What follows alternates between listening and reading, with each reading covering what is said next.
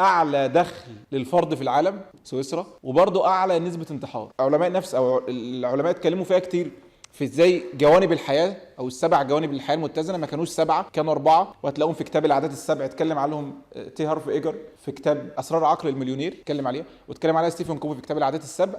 دول اللي هتلاقوهم موجودين في الكتاب. السبع جوانب بيبدا بالجانب الروحاني، ثم الصحي، ثم الشخصي، ثم العائلي والاجتماعي مع بعض، ثم اخر حاجه المهني والمادي. المذاكره فين بقى في دول؟ مفيش مذاكره، مش هنذاكر. المهني بالنسبه لي كطالب مهنتي اللي هي المذاكره. طب انا هركز ليه يا باشمهندس على كل الحاجات دي كلها؟ اكتر جانبين، يعني لما تيجي تقول لحد انت عايز ايه في حياتك يقول لي اديني شغل وفلوس، اديني شغل وفلوس، مش عايز حاجه تانية. لو جينا شفنا اعلى دخل للفرد في العالم سويسرا، وبرضه اعلى نسبه انتحار. منظمه الصحه العالميه كانت عامله احصائيه في 2020 ان الانتحار عندهم كل 40 ثانيه في حاله، كانوا بيقولوا المعدل بيزيد مع انه اعلى دخل واعلى شغل. طب الفرد عندنا المفروض مش محتاج حاجه، فايه اللي محتاجه؟ فبدا ان هو يدخل الجوانب دي كلها.